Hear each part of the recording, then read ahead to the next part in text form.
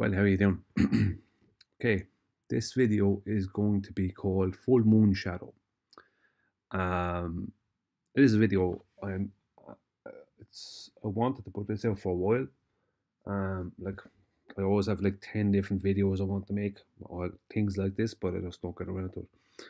But this video is coming out the night before a full moon, so anyone can go and test these things for themselves and see what they can come up with.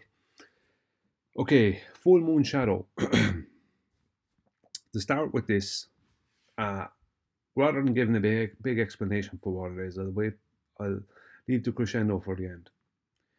Here is a diagram showing a globe Earth and parallel sun rays. Here is Cyan, here is Alexandria. So the obelisk in Alexandria, the shadow from that was measured by Eratosthenes, right? Now, the claim, right, that what they want to normally do is argue about shadows, right, or put people's focus on shadows.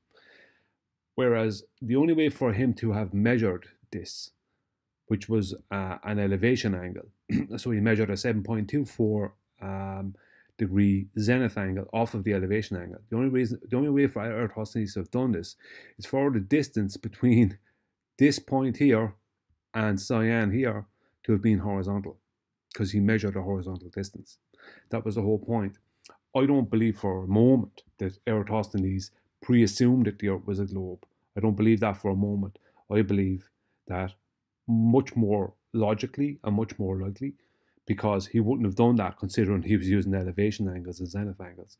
What Eratosthenes did was he was demonstrating how you can use the celestial bodies like the sun to determine a distance, a horizontal distance to another location. And he used the sun and the shadows the sun created as the benchmark for that. As he was probably just converting from stadia or whatever to minutes of degree, right? Because around the Great Pyramid of Giza, one full distance around that is exactly 1 nautical mile. So 0.5 of a nautical mile is what's the name of him? I can't remember the name of him now, but it was a name they had on a type of distance measurement in Egypt. In Egypt, what was the name of it now? A thought mile, THOTH, thought mile. A thought mile is 0.5 of a nautical mile. So you're going back a couple of thousand years ago or whatever, they knew about nautical miles. They knew about how you can measure distances using using angles, right? Because the only way they would have known about a nautical mile, and the only way that it is possible for the full distance around the Giza pyramid to be exactly 1 nautical mile or 2 thought miles, is the only way for that to be a reality is for them to have known about how to measure horizontal distances using angles to the celestial bodies. That's the only way they could have done that. There's no other way to be able to do that. It wouldn't be an accident that they would know that they would use thought miles, which is exactly 0.5 of a nautical mile. So that's 0.5 of a minute of degree, right? So it's 30 seconds of degree or whatever. So the claim was that Eratosthenes pre-assumed that the Earth was a globe. But what a lot of people don't realize is that the reason that the heliocentric sun is claimed to be 93 million miles away, first of all, people will think, well, it's because of the angular size of the sun. The sun has an average angular size of 0.5 degrees throughout the 12 months of the year. But for a start, angular sizes can't exist on the globe model. In heliocentrism, angular sizes can't exist. Heliocentric maths is orthographic maths. Anyone can go to debunk, right, and see the orthographic maths of the globe. So there is no perspective effects, which angular size is. There is no perspective effects in heliocentrism. They don't and can't exist. Every time something is claimed to have gotten smaller with distance, and it can't be seen, or the base of it can't be seen, if it's not, if they can't hijack, let's say things like mirage and whatever other things, right, they're going to try and hijack angular size, diffraction limit, all these kind of things. So there's always a hijack of all these things, and it was always for years and years and years. Oh, Earth curve, right, was always the ridiculous claim that why you couldn't see something. It was never that its angular size had become and the diffraction limit to the base of it had become impossible to see or whatever. There was never anything like that. It was always some nonsense. It was always a hijacking of things like inferior mirage up until 2016, maybe into 2017. I still remember people in their opposition claiming that inferior mirage was Earth curve. You know what I mean? And now they have zero Earth curve because they've had to admit that, and it's even official within Metabunk, and it's been official in celestial navigation for God knows how long, that the horizon is not a physical location. And the horizon we see is not the horizon of a globe. So they don't have any Earth curve whatsoever. But all that aside, it is claimed that Eratosthenes pre-assumed that the Earth is a globe. But right, the reason it's claimed is because for the shadows we see in reality to work, right, on the globe model, right, this is the globe. For those shadows to work in reality, the sun has to be, right, way bigger in diameter than the globe Earth. But they have changed the distance to the heliocentric sun, I think 6 times over, I don't know how many centuries or whatever. But they have changed the distance to the heliocentric sun, I think 6 times. And and they've had to change the size of the sun 6 times as well. Because once they change the distance, they have to change the size. But either way, I think the first claim was it was a million miles away or something. I think it was someone like Newton or Kepler or something supposedly claimed that. I don't know.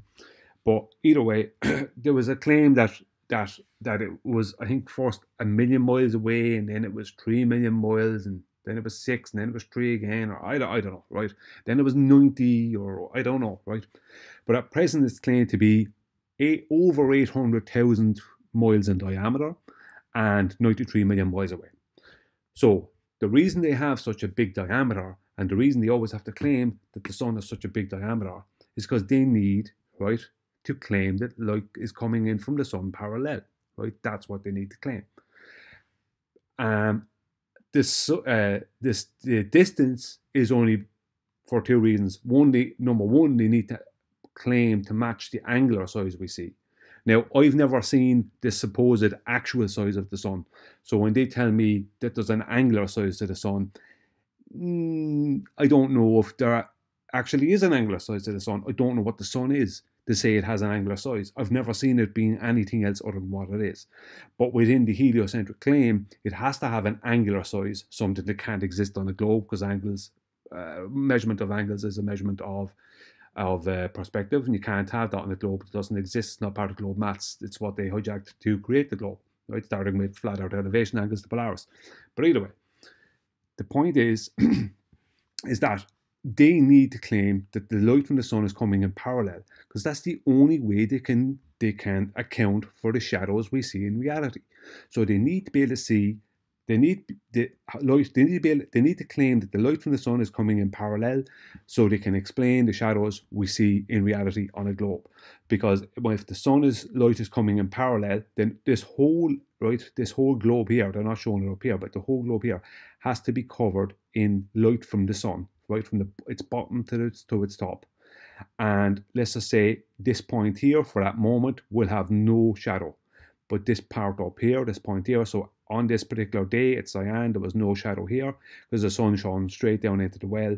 But at the exact same time in Alexandria, there was a shadow created, right? And they need to claim that the light is coming in parallel for diverging zeniths as well, right? Another load of rubbish that's I only just totally destroyed in my last video.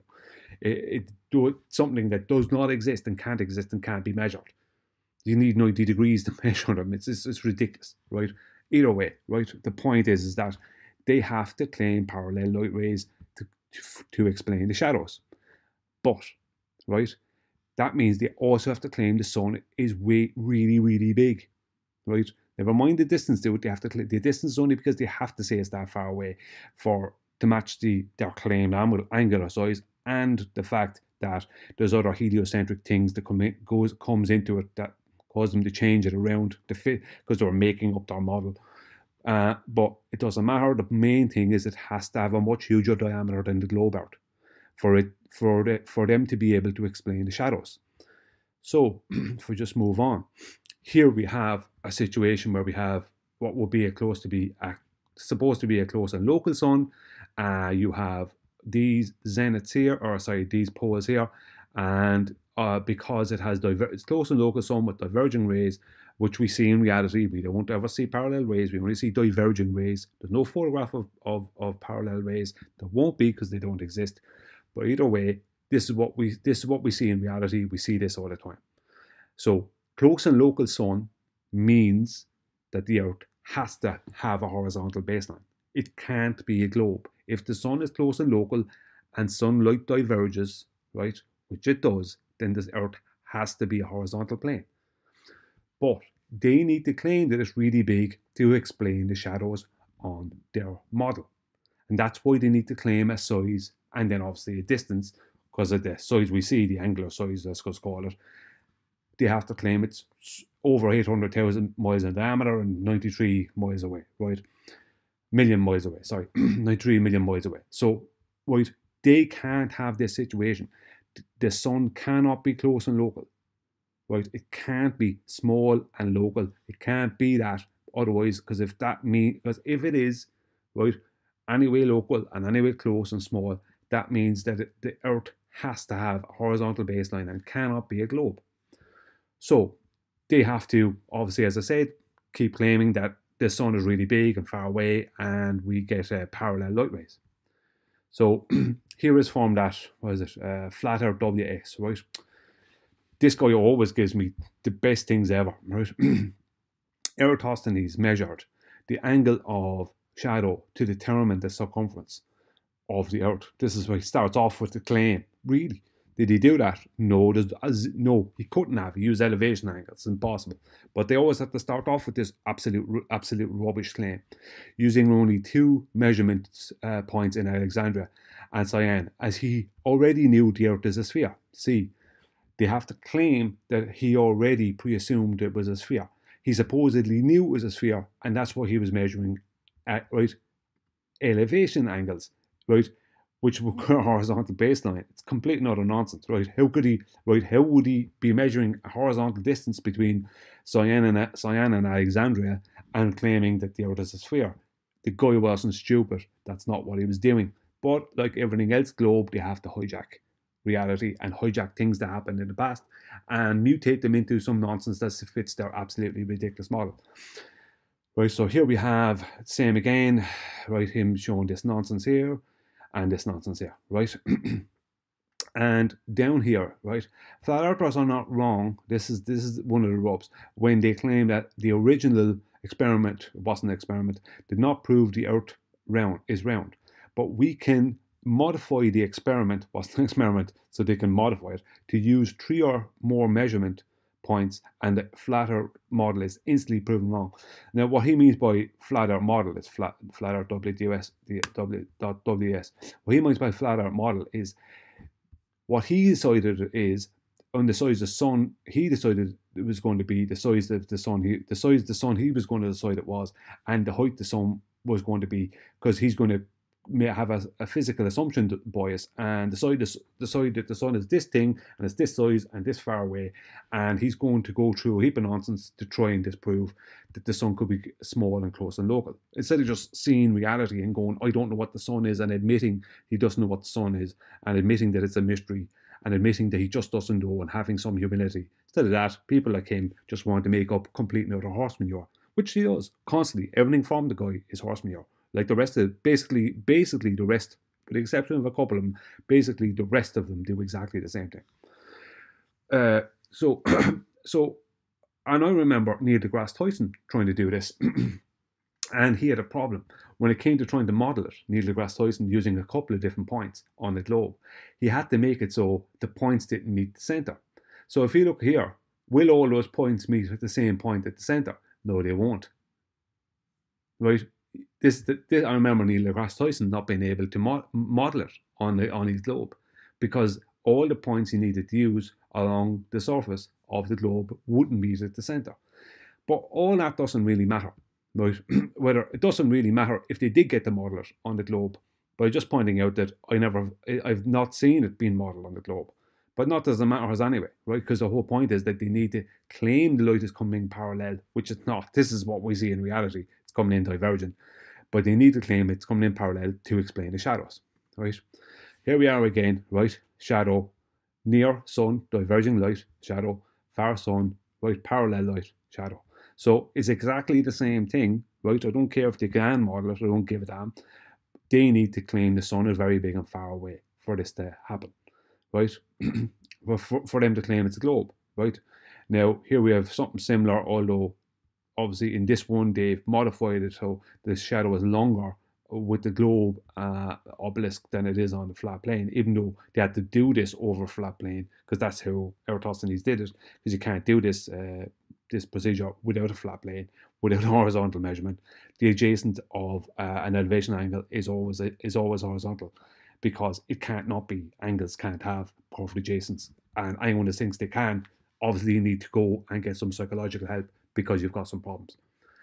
Here we are again, same thing again, right here. This one's a little bit more honest, where they're similar to each other at least. But once again, are all these points meeting at the same point in the center? Don't know, I didn't check it, but it doesn't really matter. It's just a countdown. Doesn't matter if it does, because we don't see that. We see diverging rays. We don't see parallel light, right? But this is what they want to claim, right? Because they have to make it a globe. Because if they don't claim parallel light, and if the sun is close, local, and small, whatever it is, it's over. Earth has to be a horizontal plane, and that's what Eratosthenes really proved. But they don't want to go into that. Right, the sun looks close because it is close. Right, here he is. It's really that simple. Research for that. This is a meme from God knows when, and it's just very true. Right, it looks close because it is close. It's that simple. Right, that was a big blur. Let's stay away from that. Right. So now let's look at some photos. So here's some shadows from the sun. Right. Now a lot of people don't understand. They think if you see parallel shadows, that means it's cause the light is coming parallel. No, parallel shadows have nothing to do with how the light is coming in. That is not the whole claim of parallel light rays. Doesn't mean you're going to have parallel shadows, as I showed earlier, right? That is not parallel shadows, right? You're missing the point, right? It's not to do with parallel shadows. Parallel shadows can happen with a diverging rays and a close sun, but it has nothing to do with parallel shadows. It's got to do with the creation of the shadows. So for those shadows to be created on the globe, right, these are the shadows we see in reality. For those shadows to be created on the globe, then the sun has to be very big and far away. It has to be. It has to be very big to create the shadows. It has to be far away to match the size of the sun we see in the sky. So here we are again. This is more of it, right? So you have shadows there, right, from the sun. More shadows here from the sun. See, there's a good example, and I put this in on purpose. So these trees are kind of along the same line, and the shadows look kind of parallel.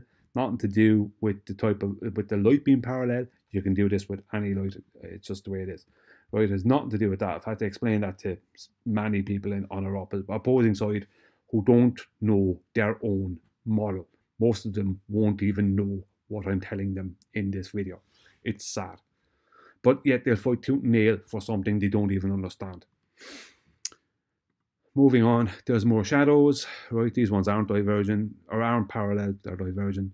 And because the trees are not all parallel. Do you know what I mean? It's nonsense. But the point is that these are the shadows we see in reality, and they need to claim the sun is really big, right? So the diameter is really much bigger, is really, really big, and pre-assume and beg the question that the Earth is a globe for these shadows to work. on their model. That's what they need to do. Here is more shadows, right? Here we are. So let's make this a bit bigger. More shadows from the sun. Here is a kind of a colder shadow. These are probably in the morning or in the winter or whatever, obviously. So that's what that looks like. Here is one in the snow, right? Very nice. And it's not loads of shadows, but you can see how in the winter time and that one, the sun is there, the whole place is kind of shaded. Here we have shadows and sunlight coming through. See, it's all divergent, but it doesn't matter. And you can see all the shadows. Just, I know this might seem like a bit boring, but I'm doing this on purpose. There's a reason for me doing this. Shadows on the snow. Now pay attention from this point on. Shadows on the snow, right? Shadows on the snow from the sun. These are all the shadows, right? Shadows on the snow, right? From the sun. Shadows on the snow from the sun. That one's a bit blurred.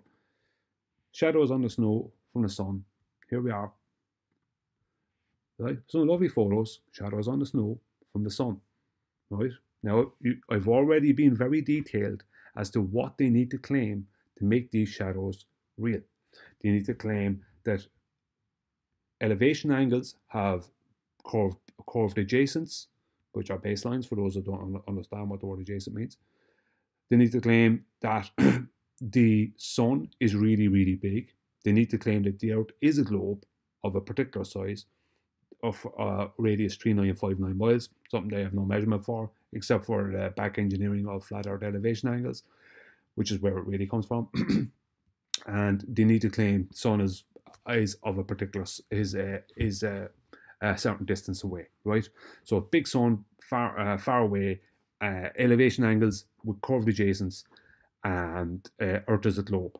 And the only ways they can get to the point of saying Earth is a globe with all that nonsense is by claiming that this causes all that stuff happens and the sunlight comes in parallel, which it doesn't. Right? At the end of it all, that sunlight doesn't come in parallel. But that's the nonsense they have to believe because they're crazy people, a lot of them.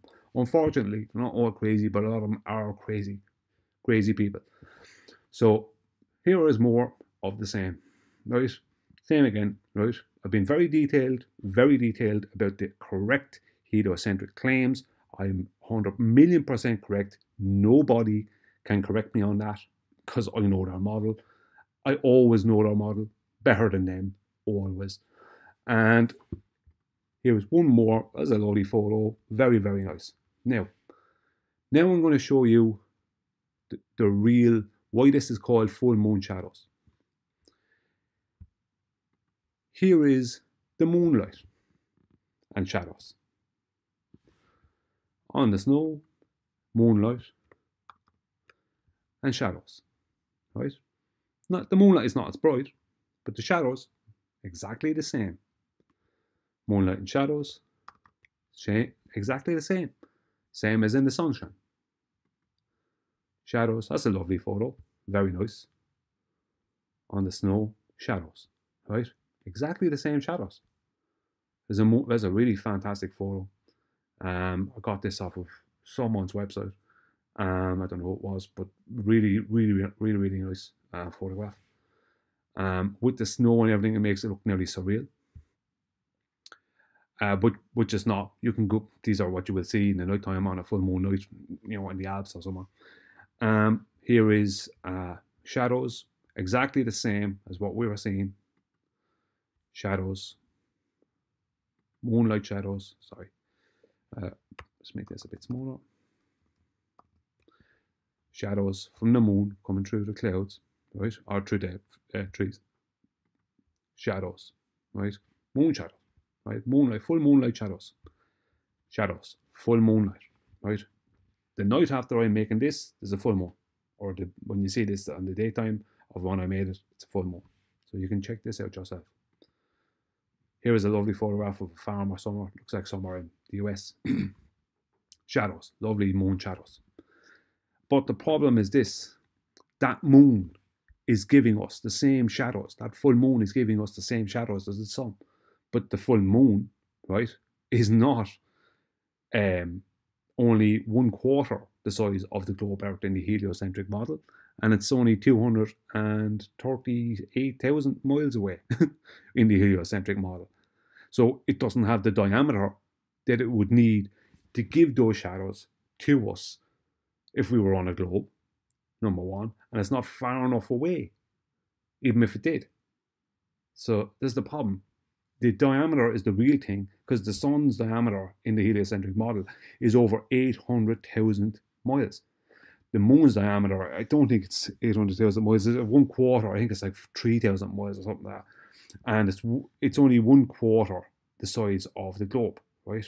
So whatever that would be in diameter, it would be like I think it would be 3,000 miles. It'd be probably about right. It'd be probably about 12,000 miles for the globe out in diameter or something like that. So let's just say 3,000 miles. So 800,000 miles for the sun, over 800. I think it's 800, 600 or 860,000 or something miles for the heliocentric sun in a diameter for a heliocentric sun. But the heliocentric moon is only like 3,000 miles in diameter. Right? So there's no way that it could give you these shadows if these shadows are reliant on parallel light. Because the light from the sun, even within heliocentrism, this is the part I left out, the light from the sun, even within heliocentrism, is not parallel. It only reaches the globe out parallel, because it's claimed that the inverse square law of light has not even taken hold yet, because the sun is so huge that by the time the light reaches us, which is 8 minutes or something in heliocentric nonsense, right? Later, by the time the sun reaches us, the sun is so huge in comparison to the globe out that the light is still basically parallel. It hasn't even diverged yet. That's their claim. But all light, right, within their heliocentric nonsense travels through the vacuum of space at the same rate. So the light gets to us from the moon faster than the light gets to us from the sun, right? If you want to see it that way, even though within their nonsense the light is reflected off the moon to us from the sun. This is their rubbish.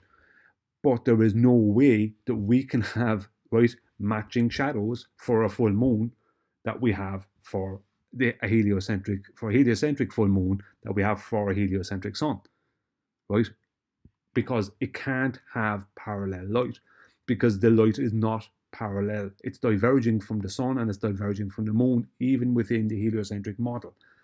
But as I said, because the diameter of the sun is so big within the heliocentric model, that's what allows them to claim that the light is still parallel by the time it reaches the globe out. It hasn't diverged yet.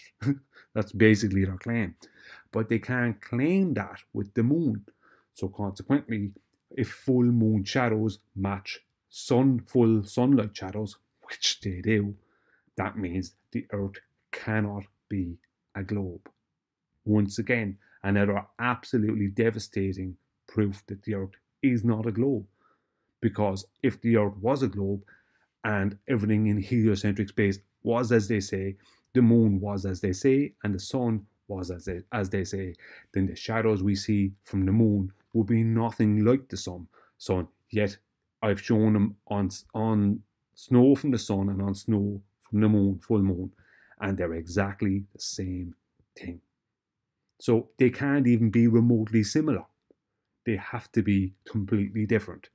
If the Earth is a globe with a radius of 3959 miles, which is not, but if that's the claim they want to make.